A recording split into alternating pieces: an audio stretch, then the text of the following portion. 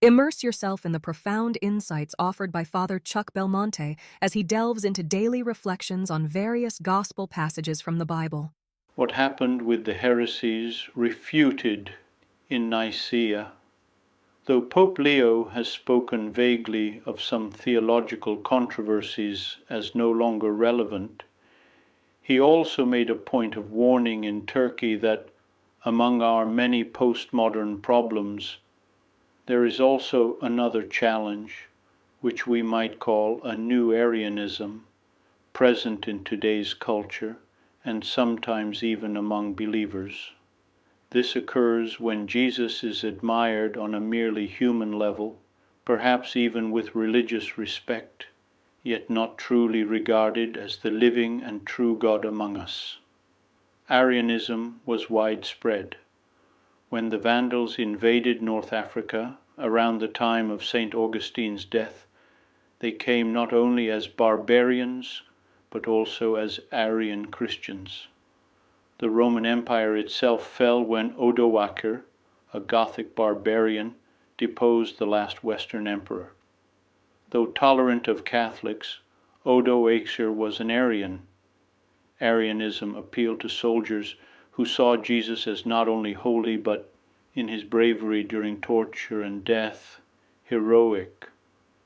Leo's emphasis on Jesus as the living God among us also ties in with his warnings about another heresy, Pelagianism, which Saint Augustine famously combated about a century after Nicaea.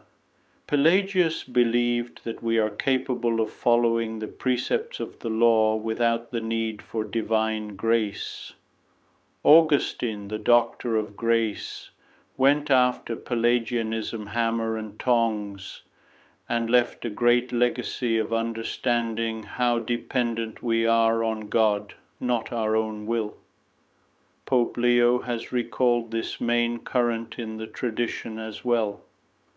The greatest mistake we can make as Christians is, in the words of Saint Augustine, to claim that Christ's grace consists in his example and not in the gift of his person.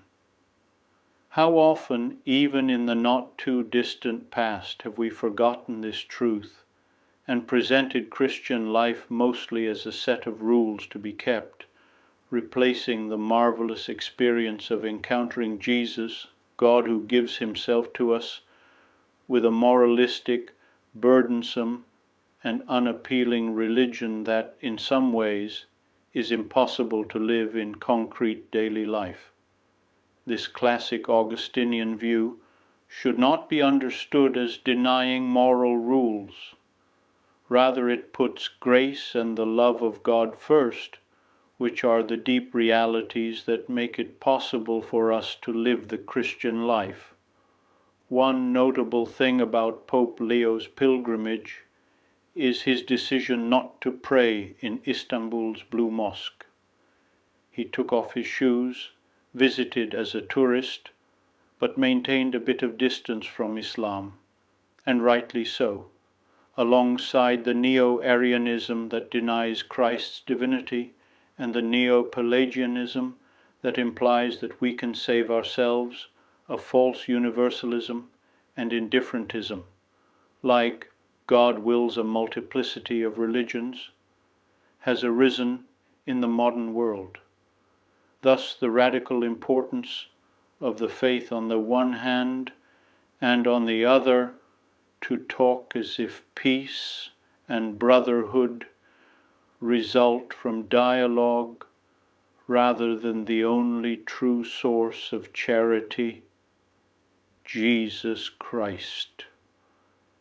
Excerpts from Robert Royal.